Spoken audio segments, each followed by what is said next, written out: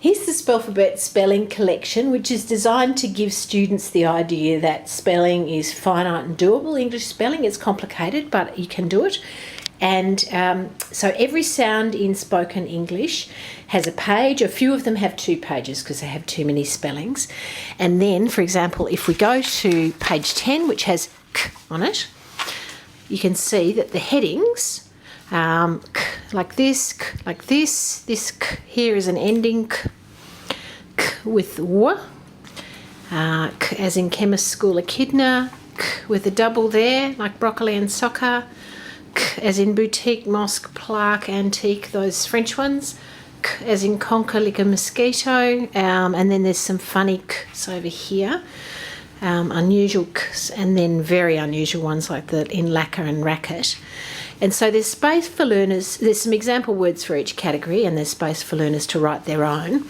And the beauty of a spelling collection is that you can put your uncle's name in there, you can put your favourite brand name, the name of your street, your classmates, whoever. You're not constrained to dictionary words, and it can be words that are very meaningful to you. So, for example, I went to a classroom where they were using a very old-fashioned version of this that I made up a few years ago, and they had E with all these spellings here, E, and one of the kids in the class was called Waleed, and so they had added a double I column because his name has a double I. I should put that in, actually, Nintendo Wii. There's plenty of room here to add an extra column if you need to. And yes, so the idea is that you sort out your spellings and know how every word is, how every sound is spelt, and group them together so they're easier to remember. In the way that, you know, whenever we try to remember things, if we can group them, it's easier.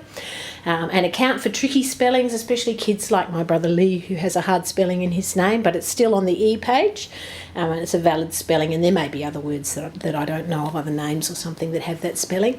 And so it gives you a bit of a handle on spelling, a bit more of a coverage of it. And the idea is spelling is not completely complicated and difficult.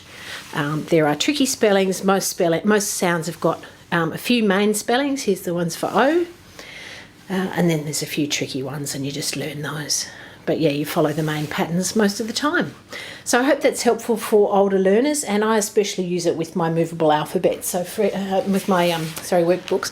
So for example, when I'm learning as in burp and bird and fern and so forth, when we finish doing the workbook, then we sort all these words into the spelling collection on the page. I hope that's